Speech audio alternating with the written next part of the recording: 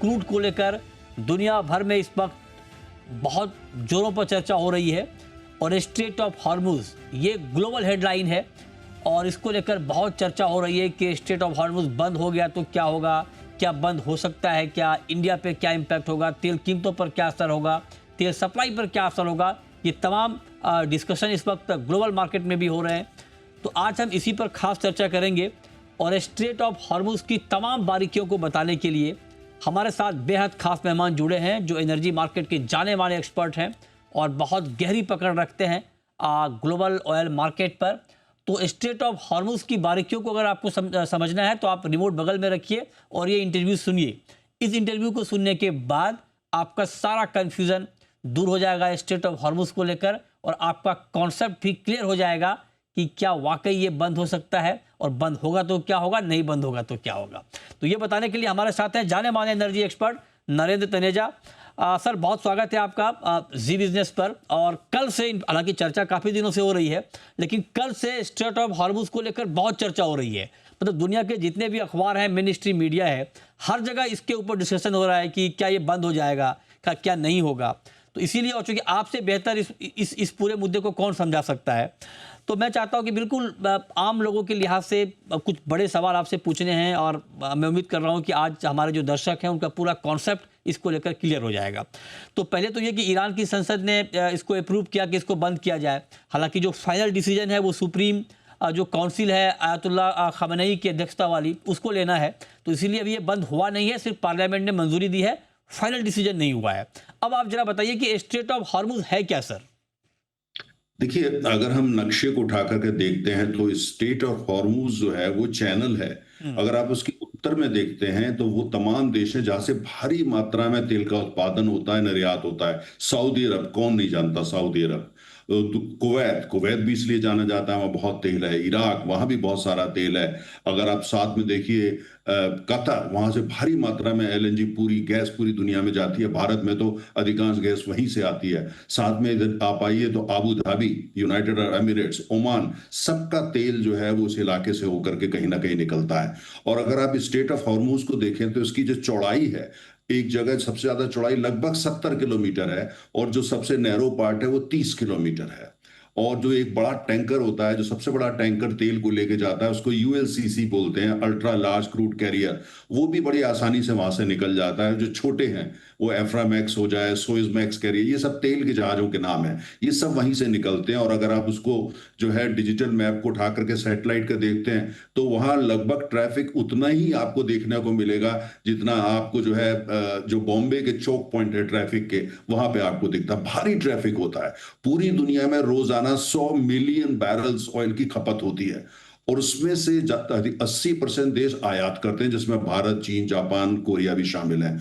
और 20% दुनिया का तेल, लगभग 20 मिलियन डॉलर, 100 मिलियन डॉलर में से 20 मिलियन डॉलर इसी चोक पॉइंट से निकलता है, जिसको जो है स्ट्रेट ऑफ हॉर्मुज बोलते हैं। अब प्रश्न ये है कि ईरान की संसद ने ये कहा कि हमारे आणविक जो संस्थान है उन पर अमेरिका ने हमला किया, तो बदले में उन्होंने कहा हम स्ट्रेट ऑफ हॉर्मुज को बंद कर देंगे, मतलब पूरी दुनिया को सजा देंगे उसकी। अब यहाँ दो प्रश्न उठते हैं। एक तो यह कि ईरान का जो भी बड़ा फैसला होता है वो संसद दरअसल नहीं लेती है, वो वहां के जो सुप्रीम लीडर है आयतुल्ला खamenei, वही लेते हैं। उन्होंने कहा भाई वो फाइनल फैसला करेंगे।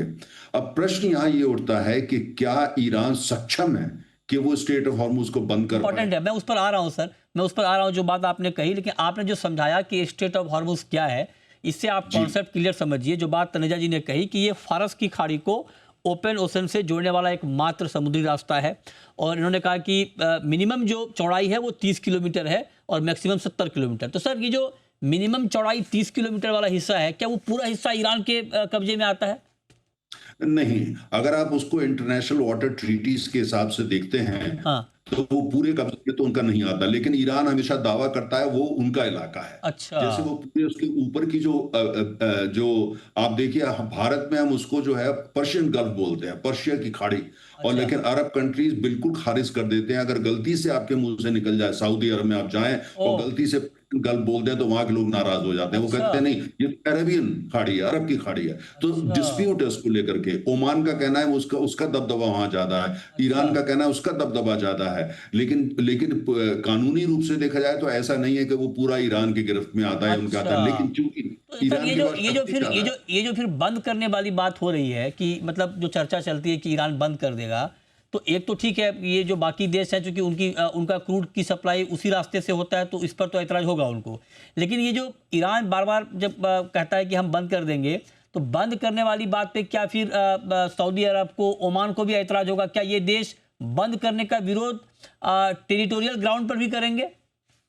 दोनों, एक तो अंतर्राष्ट्रीय जो समुद्री कानून है, मैरीटाइम लॉ, उसके तहत करेंगे। हाँ। दूसरा ये है कि जब भी इस तरह का कोई चैनल होता है, हाँ। उस पर कोई एक देश पूरी तरह दावा नहीं कर सकता। हम्म। तीसरी बात यह है कि ईरान भी समझता है कि ये तमाम जो देश उसके उत्तर में हैं, सऊदी अरब हो गया, कुवैत हो गया, वह सारे देश, वो सारे देश जो है उनकी अर्थव्यवस्था, उनकी ब्रेड एंड बटर तो वो चैनल है। अगर वहां से उनके तेल निर्यात ही नहीं हो सही पाएगा, बात है। तेल जो हाँ। हवाई जहाज से निर्यात हो नहीं सकता, हाँ। तो वो नहीं हो पाएगा, तो सबके लिए परेशानी हो जाएगी। राइट। इसलिए उनका दावा होता है कि ये जो है हाँ। इसको और दूसरी बात यह गौरतलब यह है कि स्टेट ऑफ हॉर्मुज, हाँ। आज तक उस इलाके में बड़े बड़े युद्ध हो चुके हैं नहीं बंद पिछले हुआ कभी। 50 में। हाँ। स्टेट ऑफ हॉर्मुज कभी बंद नहीं हुई। कभी बंद नहीं हुआ। ये बढ़िया, मतलब अब देखिए, अब तक स्टेट ऑफ हॉर्मुज कभी बंद नहीं हुआ है, ये बात ठीक है। जब इराक ईरान का युद्ध हुआ था, 8 साल चला था, 80 से लेकर 88 तक, तब भी वहां पर गोले बारूद चलाए गए थे, लेकिन बंद नहीं किया गया था। दो बात तनेजा जी ने बहुत क्लियर कर दी कि स्टेट ऑफ हॉर्मुज का ज्योग्राफी क्या है, और इन्होंने कहा कि अहम क्यों है। अहम इसलिए है कि दुनिया का जो टोटल क्रूड की सप्लाई है, उसमें 20% कच्चे तेल की सप्लाई इसी रास्ते से होती है, और 25% एलएनजी, जो एलएनजी है, उसकी सप्लाई इसी रास्ते से होती है। तो उस लिहाज से इसकी अहमियत बहुत ज़्यादा हो गई है।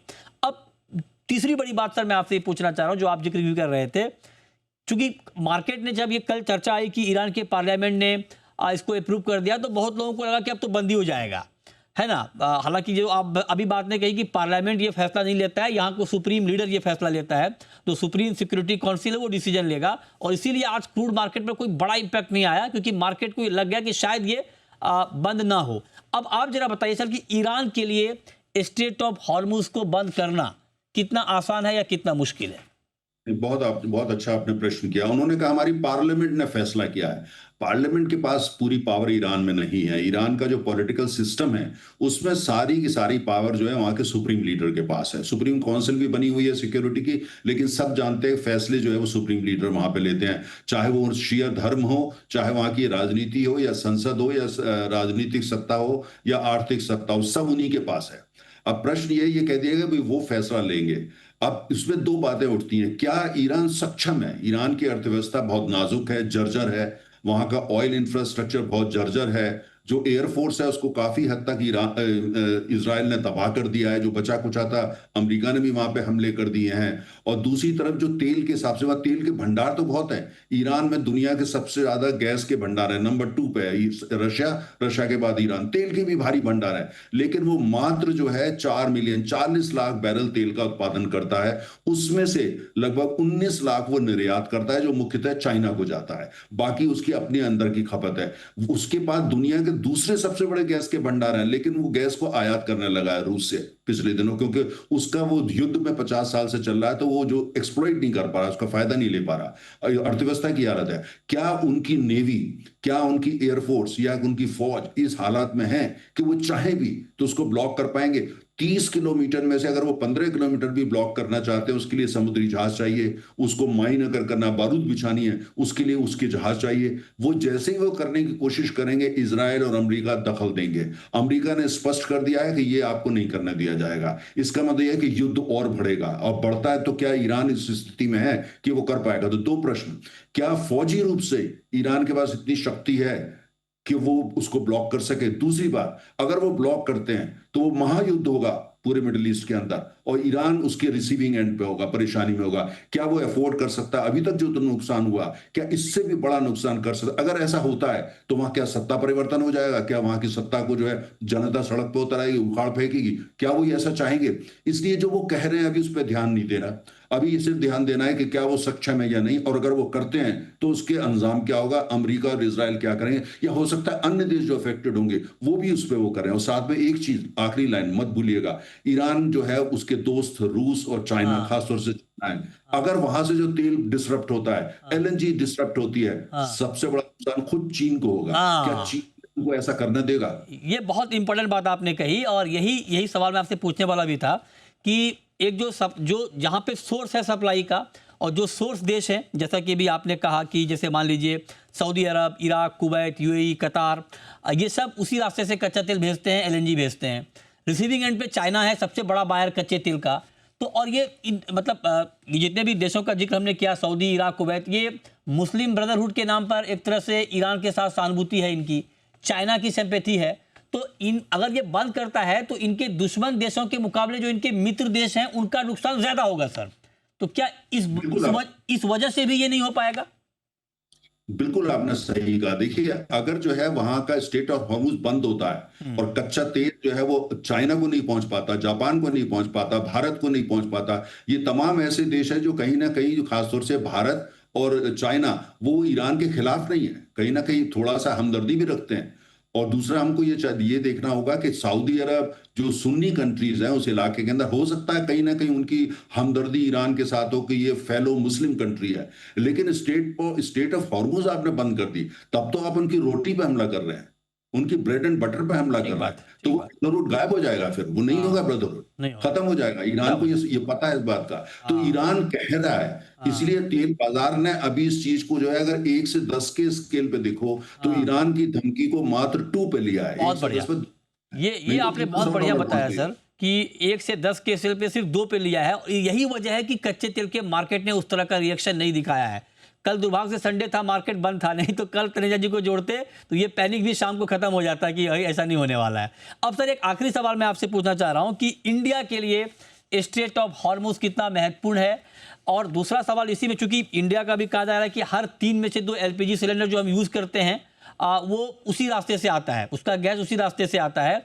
तो हम बहुत बड़ा बायर हैं उस रास्ते का, 40% कच्चे तेल का इंपोर्ट हम उसी रास्ते से करते हैं। हालांकि सरकार ने ये क्लियर कर दिया है कि हमारे पास बहुत स्टॉक है, हमने अल्टरनेट सोर्स भी ढूंढ लिए हैं, तो चिंता वाली कोई बात नहीं है। लेकिन इंडिया के लिहाज से ये कितना इंपॉर्टेंट है और क्या इंपैक्ट इंडियन मार्केट पर? देखिए, भारत की निर्भरता जो स्टेट ऑफ हॉर्मुज के उत्तर में देश हैं, जो बड़े निर्यातक है, बहुत ज्यादा पारंपरिक रूप से हम भारी मात्रा में वहां से तेल मंगाते हैं। आज भी 39% हमारा तेल और 52% हमारी गैस वहीं से आ रही है आज भी। ये सच है कि हम 40 अलग अलग देशों से जो है कच्चा तेल आजकल आयात करते हैं। उसके बावजूद हमारी निर्भरता उस पर बहुत ज्यादा है। हमारी निर्भरता यही नहीं है कि फिजिकली वहां से तेल नहीं आ पाएगा या डिस्रप्शन हो जाएगा, हमारी परेशानी ये है कि कीमत बढ़ जाएगी। डिसरप्शन कहीं भी होगा, कीमत अगर बढ़ती है, अगर वो ईरान 50% सक्सेसफुल हो गया वहां को ब्लॉक करने में, पूरा नहीं 50%, तो भी तेल की कीमत $120 तक पहुंची जाएगी। तो हमारी समस्या कीमत। दूसरी बात, हमने ये कहा है, हमारे मंत्री ने भी कहा है कि भाई हमको चिंता की बात नहीं है, हमारे राइट, पास राइट। कितने दिन का रिजर्व है, स्ट्रेटेजिक रिजर्व। हमारे जो तेल की बड़ी बड़ी कंपनियां हैं, चाहे वो भारत पेट्रोलियम, इंडियन ऑयल है, रिलायंस, सबके पास टैंकर्स, अपने टैंक्स हैं। उन टैंक्स के अंदर हमारे पास इतना तेल स्टोर करा हुआ है कि हम 3 हफ्ते की हमें चिंता नहीं है। लेकिन हाँ, हम 55 लाख बैरल प्रतिदिन कंज्यूम करते हैं राइट। और हमको रेगुलर डेली सप्लाई चाहिए। हम कह तो रहे हैं चिंता नहीं है, लेकिन दिल के अंदर थोड़ी चिंता है, ये हमको मान के चलना पड़ेगा। और भारत ही नहीं, चीन को भी चिंता है, जापान को बहुत, कोरिया को बहुत चिंता है। और दूसरी तरफ एक चीज जो सबसे अहम ध्यान देने की, अगर वहां युद्ध बढ़ता है, हाँ, स्टेट और हॉर्मुज पे बारूद बिछाया जाता है, तो हाँ। वहां 1 करोड़ भारतीय रहते हैं जो काम करते हैं, 1 करोड़। और वहां पे वो $65 बिलियन हर साल रेमिटेंस भेजते हैं, और उन 1 करोड़ भारतीय जो वहां काम करते हैं, उन पर पीछे बैक इंडिया में 5 लोग उन पर निर्भर हैं। तो ओ, भारत के लिए चिंता का विषय। इसीलिए कल हमारे प्रधानमंत्री की ईरान के प्रधान राष्ट्रपति से बातचीत हुई है, हाँ, और भारत को कह रहा है एस्केलेट मत करिए, जी, स्टेट और हॉर्मुज मत छुइए। हाँ, भारत ने समझा है। अब बिल्कुल। आगे, अब पर है, लेकिन मुझे आज की तारीख में बहुत चिंतित नहीं हूँ। हाँ 1 से 10 के स्केल में मेरी जो चिंता है हाँ हाँ 2.5, इससे बिल्कुल ज्यादा। सर, ये आपने पूरी कहानी, ये स्केल के जरिए जो आपने समझाया, ये आपने पूरी कहानी बता दी और एग्जैक्टली मार्केट ने भी वही रिएक्शन दिखाया है। क्योंकि अगर मार्केट को लगता वाकई कि हाँ ये बंद होने वाला है, तो आज हम किसी और लेवल पे क्रूड प्राइस की बात कर रहे होते। बहुत शुक्रिया तनेजा जी थैंक आपका हमारे साथ जुड़ने के लिए और बहुत डिटेल में in depth straight of Hormuz की बारीकियों को हमारे ऑडियंस को समझाने के लिए।